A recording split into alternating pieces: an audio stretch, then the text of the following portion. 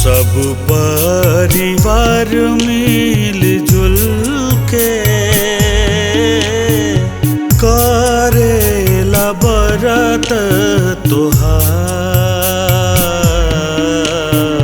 कृपा बनैले रही हरदम, एतने बतोह से गुहार।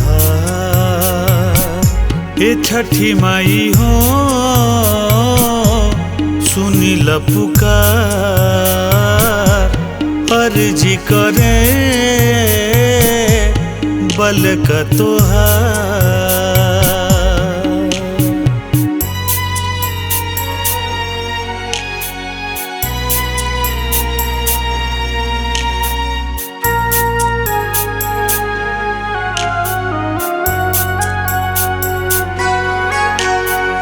दिलवा में प्रेम बनैले रही है माई, एकजुट रहे माई बाबू बहिन भाई। दिलवा में प्रेम बनैले रही है माई, एकजुट रहे माई बाबू बहिन भाई। कबहू केहू न साथ छोड़े,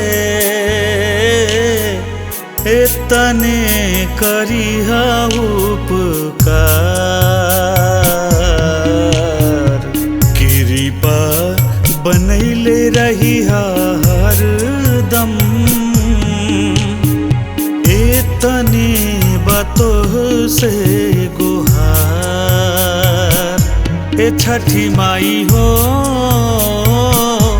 सुनिल पुकार, अर्जी करेला बल का तोहार।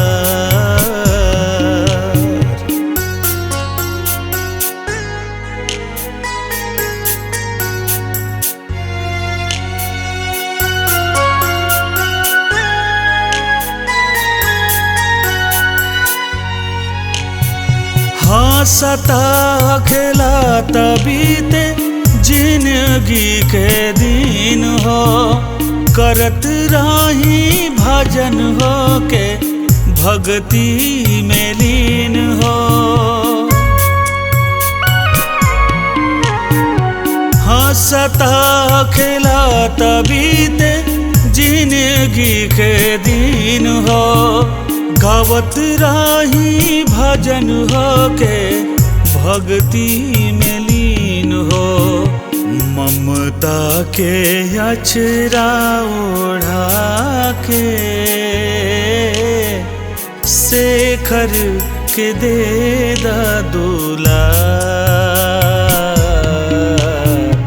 कृपा बनैले रही हरदम,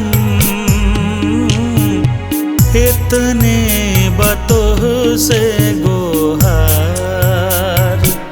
ए छठी माई हो सुन पुकार, अर्जी करेला बल का तोहार।